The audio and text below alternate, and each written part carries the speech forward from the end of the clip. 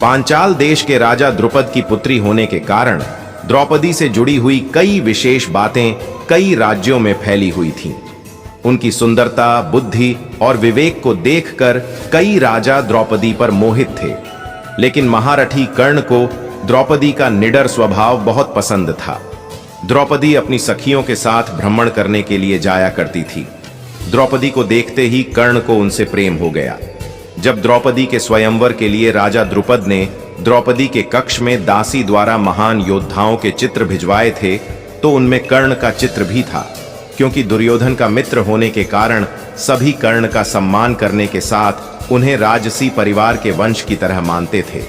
द्रौपदी कर्ण का चित्र देखकर उन्हें पसंद करने लगी थी। जब स्वयंवर का दिन आया तो द्रौपदी की दृष्टि सभी राजाओं और पांडवों में से कर्ण को ढूंढ रही थी। द्रौपदी को उनके पिता राजा द्रुपद ने भीष्म से प्रतिशोध लेने की प्रतिज्ञा के बारे में बहुत पहले ही बता दिया था। साथ ही द्रौपदी ये भी जान चुकी थी कि कर्ण एक सूत पुत्र है और अगर उसका विवाह कर्ण से होता है तो वो जीवन भर एक दास की पत्नी के रूप में पहचानी जाएगी। उसने सोचा कि कर्ण से विवाह करने के बाद अपने पिता की प्रतिज्ञा को पूरा करने में वो सहयोग नहीं कर पाएगी।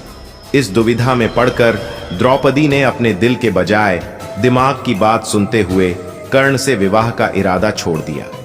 अपने आप से निराश हो चुकी द्रौपदी ने स्वयंवर में एक कठोर निर्णय लेते हुए कर्ण को सूत पुत्र कहकर अपमानित किया। द्रुपद पुत्री ने भरी सभा में कर्ण को कहा कि वो एक सूत पुत्र के साथ विवाह नहीं कर सकती है। इससे कर्ण को बहुत आघात पहुंचा कि द्रौपदी जैसी निडर और क्रांतिकारी सोच रखने वाली स्त्री उनका जाति के आधार पर इस तरह अपमान कैसे कर सकती है।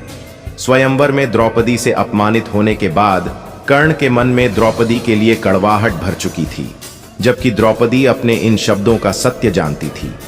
पांडवों से विवाह के बाद भी द्रौपदी कभी कर्ण को अपने मन से निकाल नहीं पाई थी। द्रौपदी से विवाह न होने के बाद कर्ण ने 2 विवाह किए थे। जब दुर्योधन ने दुशासन को द्रौपदी के वस्त्र हरण करके अपनी जंघा पर बिठाने का आदेश दिया था तो सभी खेल के नियम का बहाना बनाकर मौन थे, जबकि द्रौपदी को सभा में मौजूद कर्ण से सहायता की उम्मीद थी। लेकिन आत्मग्लानि के कारण द्रौपदी ने कर्ण से सहायता नहीं मांगी। वहीं कर्ण भी स्वयंवर में अपने अपमान का प्रतिशोध लेने के लिए मौन रहे। जब भीष्म पितामह मृत्युशैया पर मौत की प्रतीक्षा कर रहे थे, उस समय महारथी कर्ण भीष्म से मिलने के लिए पहुंचे। उन्होंने भीष्म को द्रौपदी से आजीवन प्रेम करने का रहस्य बताया।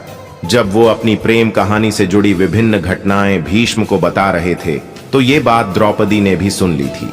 उस समय द्रौपदी को झांत हुआ कि केवल वो ही नहीं बल्कि महारथी कर्ण भी उनसे बहुत प्रेम करते हैं। लेकिन महाभारत के युद्ध में अर्जुन द्वारा कर्ण का वध किए जाने के साथ ही ये अनकही प्रेम कहानी खत्म हो गई। मित्रों, वीडियो में अंत तक बने रहने के लिए धन्यवाद मित्रों।